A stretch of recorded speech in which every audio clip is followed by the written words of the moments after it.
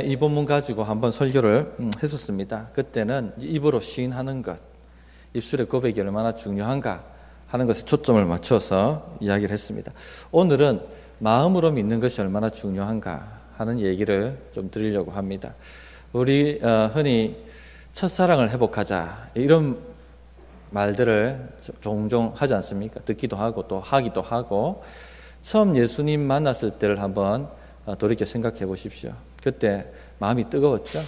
늘 주일 예배가 사모되었고, 또 전도회 모임, 구역 모임, 목장 모임 사모되었고, 만나고 싶고, 만나면 반갑고 기쁘고, 뭔가라도 그 주님의 은혜와 사랑에 보답하고자 뭔가라도 좀 해보고 싶어가지고 교회 봉사도 하고 합니다. 뭔가 하나님께 더 받아내려고, 뭔가 하나님께 요청하려고 그런 봉사와 헌신을 한 게 아니라, 순수하게 하나님이 너무 좋아서, 하나님 너무 사랑스러워서, 그래서 그냥 내 마음을 드리고 싶고, 내 헌신을 드리고 싶고, 내 물질을 드리고 싶고, 그렇게 하나님을 사랑하고 봉사하고 섬겼습니다. 그러다가 이제 세월이 좀 흐릅니다. 그런데 어느 순간 예배의 감격이 사라지죠. 그리고 그 기쁨으로 했던 봉사가 어느 순간 힘든 일이 되어버렸습니다. 왜 내만 이런 걸 해야 되나 하는 불평이 마음에 이렇게 올라옵니다. 그때쯤 되면 굉장히 당황스러워합니다. 내가에게 무슨 일이 일어난 거지? 도대체 내가 어떻게 된 거지? 왜 내 안에 불이 꺼졌지? 하고 당황합니다. 그러면서 다시 힘을 내어서 주님 찾아보겠다고 결심하고 또 노력하고 달려가지만 잘 회복이 되지 않습니다. 신앙 선배한테 질문을 해봐도, 그 첫사랑은 옛날의 추억이야, 다시 그런 감동은 돌아오지 않아, 그렇게 이야기를 하곤 합니다.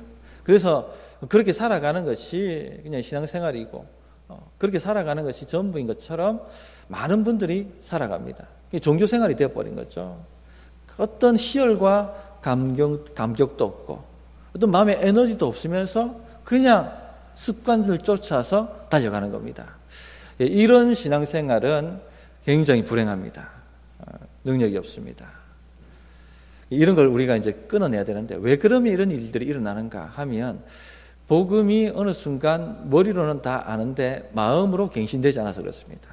마음을 울려야 되는데, 그게 전에는 마음을 울렸는데 어느 순간 마음을 울리지 않게 되는 겁니다. 왜냐, 이게 왜 이렇게 되느냐 하는 것은 좀 계속 말씀을 드리겠습니다만은, 우리 마음의 기본 모드가 복음을 반대하는 모드입니다. 말씀 하나 드리면은, 그 고린도전서 1장 23절을 보시면, 우리는 십자가에 못 박힌 그리스도를 전하니 유대인에게는 꺼리끼는 것이요 이방인에게는 미련한 것이로되, 이렇게 얘기합니다. 유대인에게는 꺼리끼는 것이요 이방인들에게는 미련한 것이다. 유대인, 이방인은 모든 인간의 대표주자입니다. 대표들이 모였는데, 한 대표는 꺼리끼는 것이고 한 대표는 어리석은 것이고, 이렇게 얘기하는 겁니다. 이게 인간의 두 가지 마음입니다. 양극단입니다. 유대인은 뭘 대표합니까? 종교입니다. 종교의식입니다. 하나님 믿는 것 종교의식입니다. 열심히 종교 룰, 기독교는 룰이 돼버린 겁니다. 그래서 이 룰을 잘 따라가면, 이 규칙을 잘 따라가면 나는 괜찮은 사람이 되는 거고, 하나님께 복받을 사람이 되는 것이고, 그렇게 못 따라가는 사람은 그렇지 못한 사람이 되는 것이고, 신분이 여기서 나눠지는 겁니다. 그런데 그렇게 기다리던 메시아가 오시면은, 이제 이렇게 자기 종교 룰을 잘 따라간 사람을 칭찬해주고 높은 자리에 앉혀줄 것 같았는데, 예수님이 오셨어요. 기다리던 메시아가. 그런데 예수님이 죄인들과 식탁 자리하고, 세리들과 식탁 자리하고, 또 창기들과 식탁 자리를 하고, 그들 하나님 백성이라고 얘기해주고 하니까 돌아버린 겁니다. 그리고 그분이 나중에는 십자가에서 죄인들의 죄를 대속하기 위해서 죽으셨다고 말합니다. 그리고 그것을 믿는 사람은 모두 다 구원받고 의롭다함을 받는다 하는 메시지를 던집니다. 유대인들은 받아들일 수가 없었습니다. 지금까지 열심히 수행하고 열심히 계명을 지킨다고 달려왔는데, 자기들이 높은 자리에 올라가야 된다고 생각했는데, 자기들만 하나님 나라 들어가야 된다고 생각했는데, 저 세리와 창기들, 그들도 같은 자리에 앉겠다 하니까 견디서 그래서 꺼리끼는 겁니다. 우리 마음에 이런 마음이 있습니다. 어느 순간 이게 율법주의라는 겁니다. 어느 순간 우리 안에 율법주의가 싹이 나면 그 은혜와 사랑의 감격은 사라집니다. 이제 습관이 남습니다. 그리고 우월의식만 남습니다. 이렇게 가면 옆에 사람들 보고 원망하고 불평하고 그리고 비교하고 비판하고 이런 것만 남는 거예요. 그렇게 되면은 마음의 불은 이미 꺼진 상태입니다. 계속 이런 식으로 신앙생활을 하는 것은 본인에게도 교회에게도 누구에게도 좋지가 않습니다. 마음을 갱신시켜야 됩니다. 두 번째 대표주자가 누구냐? 이방인들입니다. 이방인들은 하나님 믿는 거 상관 안 하지 않죠. 지혜를 추구합니다. 세상을 어떻게 살 것인가. 그래서 풍성한 삶을 살고 싶다는 겁니다. 성공하는 삶을 살고 싶다는 겁니다. 그 지혜가 있으면 어디든지 그 지혜를 찾아다닙니다. 그래서 성공론이 발전하고 처제술이 발전하고 화법이 발전하고 이런 걸 쫓아다니는 겁니다. 그런데 복음은 뭐라고 얘기합니까? 그런 것도 결코 의에 이를 수 없고 구원에 이를 수 없고 삶을 윤택하게 할 수 없다고 메시지를 던집니다. 모든 사람이 죄인이라고 얘기합니다. 오직 유일하게 살아날 수 있는 길은 십자가에 풀려 죽이신 예수님을 믿어야 된다고 얘기합니다. 세상 지혜로 보기에는 굉장히 미련하고 어리석은 일입니다. 그래서 이것도 이방인들에게는 미련한 것으로 여겨지는 것입니다. 이 교회 안에 두 극단의 신자가 있습니다. 한 극단은요, 아주 종교심이 투철해가지고 이 종교의 규칙을 탁월하게 지켜내는 사람들입니다. 그러나 어떤 기쁨과 즐거움도 없이 그런 일을 하는 사람이 있고요. 반면에 교회는 떨렁떨렁 다니는데 세상적으로는 잘 나가고 성공하고 지혜롭다 생각하는 사람도 있습니다. 이런 분들은 십자가 복음 하나님께 더 깊이 들어와라, 말씀을 더 깊이 사모하라, 훈련을 받으라, 어리석어 보입니다. 그럴 시간이 있으면 더 세상에 투자하겠다, 더 지혜롭게 살겠다 라고 얘기합니다. 이런 게 양다리가 걸쳐 있는 겁니다. 이게 바로 인간 안에 있는, 우리 안에 있는 두 가지 극단적 마음입니다. 이걸 오락가락 합니다. 이걸 오락가락. 어느 순간에 율법주의자로 갔다가 어느 순간은 이 자유주의자로 갔다가 여기서 오락가락 하는 거예요. 이러면서 마음에 불이 다 꺼져 버립니다. 이게 굉장히 불행한 신앙생활입니다. 어떻게 그러면 이렇게 이 근본 우리의 마음이 이런 태도이기 때문에 마음을 복음으로 갱신하지 않으면 불은 일어나지 않습니다. 그래서 로마서 12장 2절에 마음을 새롭게 함으로 변화를 받으라 이렇게 말씀하고 있는 겁니다. 그래서 마음의 갱신이 필요하다 하는 것을 우리 성도님들이 아셔야 되겠습니다. 그 역사적인 예를 하나 든다면 18세기에 대각성 운동, 유럽과 미국의 대각성 운동을 주도했던 사람이 우리가 잘 알고 있는 존 웨슬레입니다. 존 웨슬레는 율법주의자였습니다. 그가 예수님을 진정으로 알기 전에 자기가 할 수 있다고 생각했습니다. 그 열심히 커서 하나님께 더 사랑받고자 미국 인디안 선교사로 자신을 드리게 됩니다. 하나님이 기뻐하실 거야. 그런데 이 머리로 아는 사람이, 마음이 뜨겁지 않고 머리로만 아는 사람이 헌신하게 되면 죽습니다. 완전히 이 바닥으로 떨어집니다. 왜?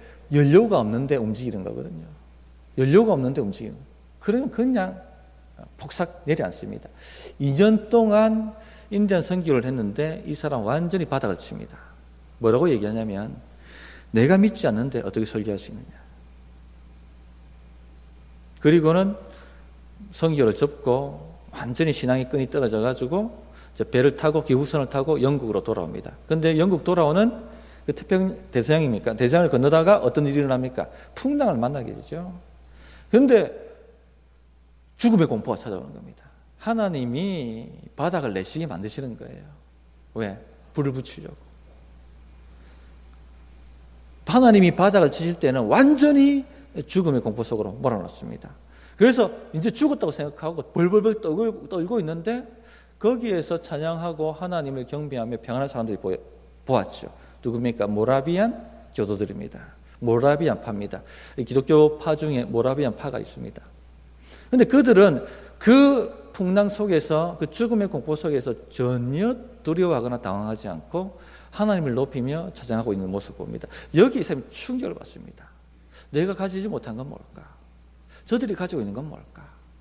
도대체 내가 지금까지 믿어왔던 건 뭘까? 저들이 믿는 건 뭘까? 그리고 난 다음에 영국에 도착해서 방황을 하기 시작하죠. 그리고 우리가 잘 알고 있는 올더스 게이트라는 거리를 걷고 있는데 어디서 모라비안 교도들이 집회하는 소리가 들립니다. 자기도 모르게 발걸음이 글로 옮겨지고 그 집회하는 곳에 들어갔는데 그들이 루터의 로마서 서문을 읽고 있었습니다. 그 루터의 로마서 서문을 읽고 있는 그 메시지의 마음이 복음으로 강타당합니다. 그리고는 진정으로 예수님을 만나게 됩니다. 사람이 믿음으로 의롭게 되는구나 하는 것을 깨닫게 됩니다. 그리고 그 마음에 불이 붙어버립니다. 그 불 때문에 영국과 유럽이 완전히 복음으로 불타올랐죠. 그 불이 미국으로 건너가서 또 미국 대륙도 불타오르게 만들었습니다. 마음의 부흥이 일어난 것입니다. 마음의 불이 회복된 것입니다. 이처럼 마음의 불이 회복되면 본인 인생뿐만 아니라 온 교회가 삽니다. 제가 지금 가장 바라고 있는 것이 우리 성도님들 한 분 한 분의 마음에 이 복음의 불이 확실하게 붙어 타오르게 만드는 것입니다.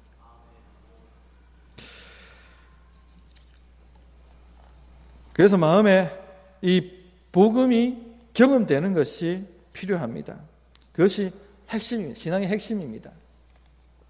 10절 보시면 단지 입술로 고백하는 것이 아니라 입술로만 고백하는 건 지적동의입니다.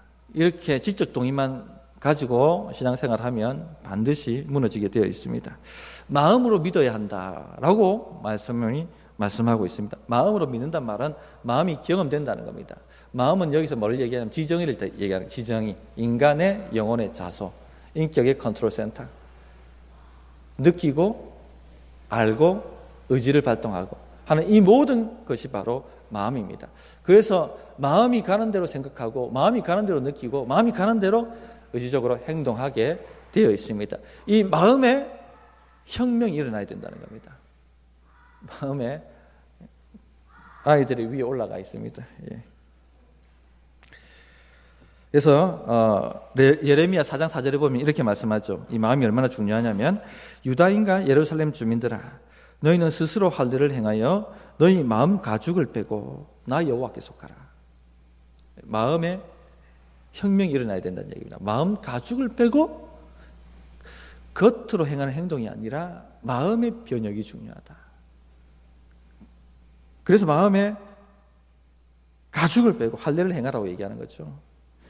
로마서 2장 28절 29절에도 이렇게 말씀하십니다. 표면적 육신의 할례가 할례가 아니라 할례는 마음에 하지니 영에 있고 율법 조문에 있지 아니한 것이다. 마음의 할례, 마음의 변화, 마음의 혁명이 일어나야 된다라고 이야기를 합니다. 우리가 삶이 변한다는 것은 진정한 회개가 일어났을 때 변하는 거거든요. 진정한 회개가 어떻게 일어납니까? 머리로 복음을 동의한다고 일어나는 건 아닙니다. 마음이 울려야 되는 겁니다. 하나님이 죄를 보는 것처럼 우리가 봐야 되는 겁니다. 하나님이 죄를 보시고 탄식하는 마음이 우리에게 느껴져야 되는 겁니다. 거기에 애통이 있고 오열이 있고 그리고 십자가에 달리신 주님의 죽음이 얼마나 큰 것인가, 얼마나 큰 대가인가. 그렇게 큰 대가라고 여겨지면 내가 받은 은혜가 얼마나 큰가, 내가 받은 사랑이 얼마나 큰가, 하나님 나를 얼마나 사랑하시는 것가 하는 것이 물밀듯이 밀려오게 되는 겁니다. 이게 존 웨슬리가 경험한 겁니다. 루터가 탑에서 경험했던 것입니다. 그게 홍수처럼 내 마음에 들어오는 겁니다. 이게 마음의 갱신이고 변혁입니다. 우리 마음은 가만히 놔두면 굳어집니다. 우리 육체도 가만히 운동하고 놔두면 근육이 굳어지는 것처럼 마음도 갱신시키지 않으면 딱딱하게 굳어집니다. 그래서 이 복음이, 십자가 복음이 우리 마음을 강타하도록 그렇게 만들어 가야 됩니다. 얼마나 주님이 사랑하시는지, 얼마나 그 사랑이 큰지. 그래서 에베소서에 보면 뭐라고 얘기합니까? 1장에 보면 마음의 눈을 열어주십시오. 마음의 눈을 열어주십시오. 3장에 보면 뭐라고 얘기합니까? 그리스도의 사랑이 그 마음에 뿌리 내리게 하시고 그 사랑의 깊이와 넓이와 그 모든 부유한 것들을 깨달아 알 수 있게 해달라고 그렇게 기도하고 구하고 있지 않습니까? 그런 역사가 일어나야 됩니다. 그런 역사가 일어날 때 놀라운 변혁이 우리 삶 가운데 일어나게 될 것입니다. 그러면 어떻게 해야 됩니까? 그럼 어떻게 해야 됩니까? 방법은 단 한 가지밖에 없다고 얘기합니다. 존 오웬은 신학이 마음으로 경험되도록 기도하라. 머리에 있는 것이 마음으로 내려오려고 하는 것 한다면 유일한 방법은 기도밖에 없습니다. 부르짖는 것밖에 없습니다. 미국의 대각성을 일으켰던 조나단 에드워즈는 그렇게 얘기하죠. 부흥은 비상한 기도를 통해서만 온다. 저는 우리 교회가 우리 성도님들의 개인의 삶뿐만 아니라 개인의 삶의 부흥뿐만 아니라 가정의 부흥뿐만 아니라 교회의 부흥 더 넘어서 이 경상과 대구 땅의 부흥을 우리가 좀 생각하고 바라봐야 되지 않겠습니까? 동신교회 세미나 갔더니 그거 부르짖고 기도하시더라고요. 그럼 어떻게 되느냐? 기도밖에 없습니다. 건강하게 부흥하는 교회, 건강하게 성장하는 교회는 기도하는 교회입니다. 기도 없이는 성장할 수 없습니다. 그것도 비상한 기도입니다. 여기서 말하는 비상한 기도는 뭐냐? 초점이 맞춰진 기도. 산발하는 기도가 아닙니다. 승리하려면 타겟을 정확하게 정하고 거기에 집중 포화를 날려야 되는 겁니다. 온 교회가 이 십자가 복음의 사랑이 온 성도의 마음을 때리도록, 목장의 모든 성도의 마음을 때리도록 집중적으로 기도를 쏘아 올려야 되는 것입니다. 그게 바로 비상기도입니다. 지속적으로 집중적으로 이루어질 때까지 내가 말한 것이 이루어지도록 너는 예루살렘에 머물러 기도하라. 다른 방법이 없습니다. 주님이 복음으로 분명히 약속하신 것이 우리 마음에 경험되도록, 우리 삶에 경험되도록 하는 유일한 방법은 그 말씀하신 것이 이루도록 기다리며 기도하는 것밖에 방법이 없습니다. 우리 성도님들 이제 여름도 다 간 것 같습니다. 대구 경산의 여름이 엄청나다 하더만은 그래도 지나갔습니다. 이제 선선한 가을이 다가오고 있습니다. 이제 집중적으로, 그래서 저희가 감사한 건 우리 교회가 이제 기도하기 시작했다는 겁니다. 금요일 날 기도하고 또 새벽에 기도하기 시작했다는 겁니다. 기도가 초점 모아지기 시작하면 이제 우리가 상상하지 못한 일들이 일어나기 시작할 것입니다. 집중적으로, 지속적으로 한 타겟을 놓고, 그래서 지금 금요 기도회 때마다 교회를 위해서 기도하는데 산발 기도를 안 때리죠. 예배와 목장에 하나님 만나 주십시오. 생명이 있게 해주십시오. 한마디로 부흥을 달라는 것입니다. 복음의 갱신이 일어나게 해달라는 것입니다. 다시 그 첫사랑이 우리 마음에 불타오르도록 회복시켜 주십시오. 부부가 불타올라서 결혼하지 않습니까? 부부가 불타올라서 가정이 부흥되지 않습니까? 없던 애들이 생겨나지 않습니까? 그런데 세월이 좀 지나면 어떻게 됩니까? 마음의 갱신을 하지 않는 부부는요, 그냥 껍데기만 부부고 어떤 감정 나눔도 없이 살아가는 겁니다. 가정 유지하려고. 그게 무슨 가정입니까? 그게 무슨 부부입니까? 마땅히 누려야 될 걸 누리지 못하고 살아가는 거죠. 가정에 파워가 없는 거죠. 부부에 파워가 없는 겁니다. 그러나 마음의 갱신이 일어나면 어떻게 되죠? 불타오릅니다. 첫사랑보다 더 완숙한 사랑으로 불타오릅니다. 삶의 변혁이 일어나죠. 가정의 변혁이 일어나죠. 그런 일들이 일어나야만 합니다. 그래서 우리 성도님들 참으로 감사하게 우리가 지금 잘 가고 있다고 생각합니다. 그러나 좀 더 우리 성도님들이 마음의 갱신을 위해서 타겟을 맞추는 집중적 기도를 함께 드려주시면 좋겠습니다. 그래서 금요일 날 이 형제님들이 문제예요. 성경에 보면은 얼마나 남성들이 기도하기를 조금 힘들어 하시면은 남성들이요, 거룩한 손을 올리고 기도하라 이렇게 권면하지 않습니까? 남자가 살아야 됩니다. 하나님께서 가정의 권위는 남편에게 주셨습니다. 그죠? 예, 남편이 기도해야 가정의 부흥이 일어납니다. 남편이 기도해야 사업의 부흥이 일어납니다. 그래서 금요기도회에 우리 잠자는 남편들을 깨우십시오. 그리고 모여서 함께 타겟을 맞추는 기도를 해 갑시다. 그리고 새벽 기도도 제가 이 기도 강조 잘 할까, 지금 해야 되나 말아야 되나 고민 많이 했습니다. 왜냐하면은 사람이 말도 먹이를 먹여놓고 채찍질 해야 되지, 밥도 안 주고 계속 채찍질 하면 뻗어버리거든요. 그래서 우리 성도님들이 이제 앞전에 고난도 좀 겪고 해가지고 좀 양분을 좀 많이 좀 먹고 이제 토실토실 살이 찔 때까지 좀 기다렸는데, 좀 살이 쪘나요? 뭐 1년 됐습니다. 이제 1년 다 돼 갑니다, 지금. 다음 주 지나면 이제 1년입니다. 그래서 이제 조금 채찍을 가야 되지 않겠는가. 그래서 기도에 채찍을 좀 가합니다. 그래서 가을 오는데 집중적 기도, 그것만이 살 길입니다. 그래서 가정 살리고, 가족 살리고, 직장 부흥케 하고, 교회 부흥케 하고, 이 대국 정산을 또 부흥케 하는 그런 혁명이 우리 삶 가운데 일어나기를 바랍니다. 기도하겠습니다. 하나님 아버지 감사합니다.